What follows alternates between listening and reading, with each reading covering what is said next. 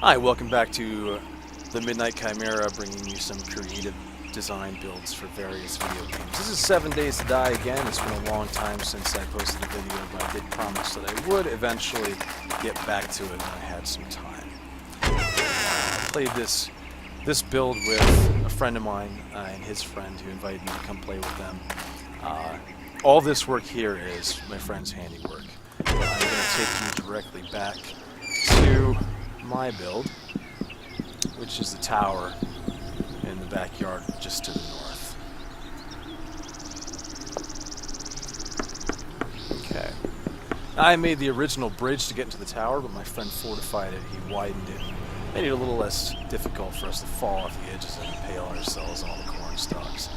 So this is the tower. Just a minor build. It's a miniature tour here. It's supposed to be very rugged, practical. I didn't go crazy with the work. New update is coming out for the game anyway, so I don't want to waste my time and have it destroyed for no reason.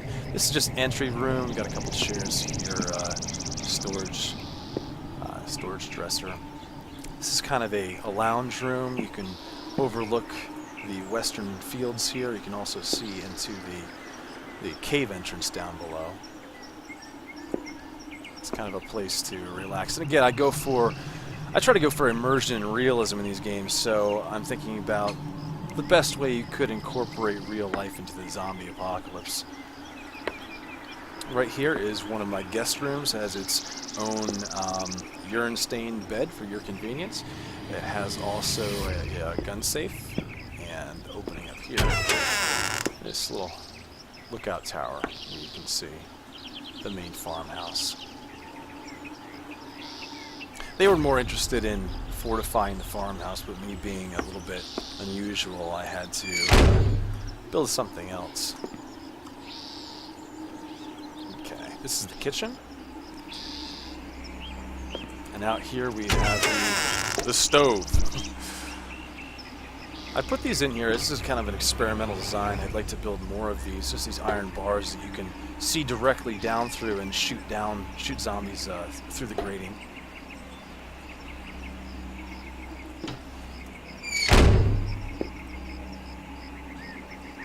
Next level up is the second guest bedroom.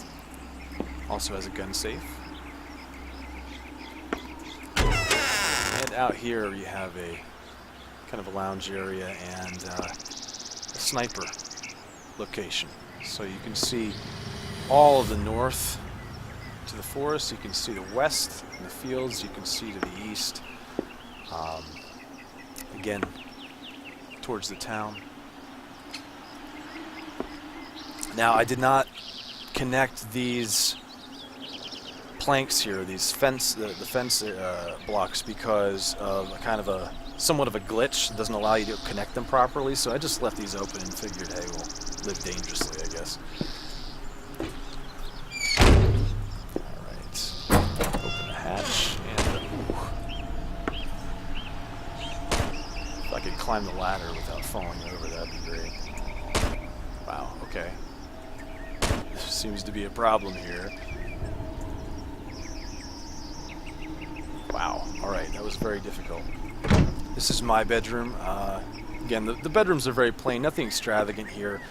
Each one a bed and a gun safe. Out here, okay, when I left this game, these were not this big. Oh my God, my friend didn't think that they'd grow up here. I guess he was wrong. Holy crap, that was only like a half an hour ago in real time that I left here. Wow. Alright, so go to the top, the very top of the tower. There's a miniature swimming pool, which is covered in leaves, apparently. But this is, a little bit of luxury in the apocalypse. So I had this little miniature swimming pool. Actually, I had a much more extravagant design for the top. It was going to be a tower that kind of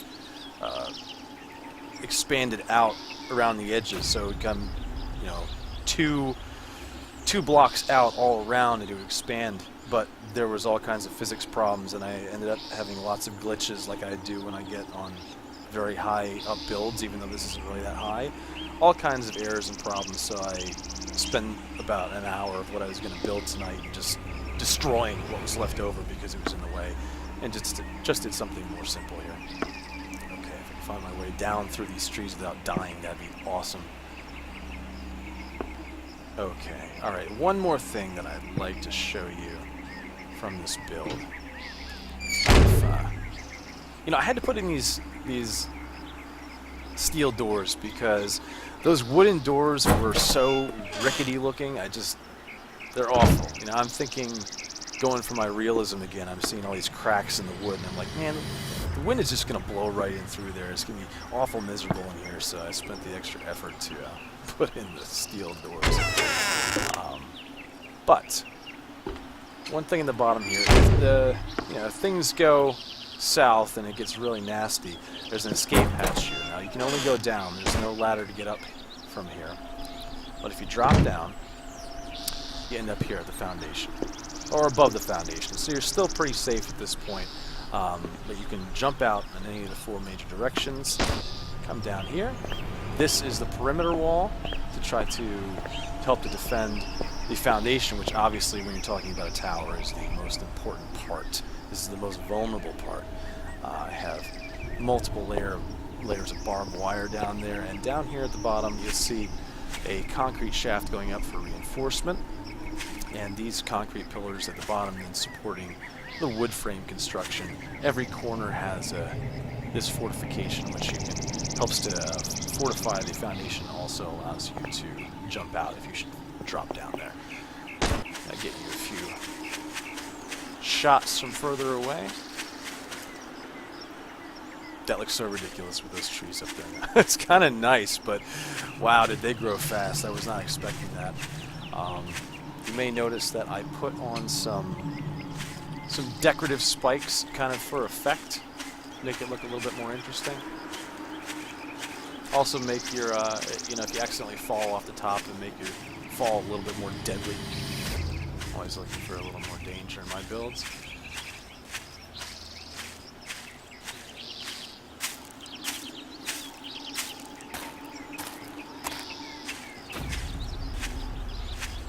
So the plan is here, since they're going to release an update fairly soon, we're going to play a max difficulty game on this and see if we can have the zombies demolish our defenses here, or maybe we'll get lucky and we've actually made them. Oh, awesome! And I just got kicked out of the game. Well, anyway, you saw enough. So that's hopefully one of the issues they'll fix with the next patch, the occasional bump. But so there it was. There's my little build.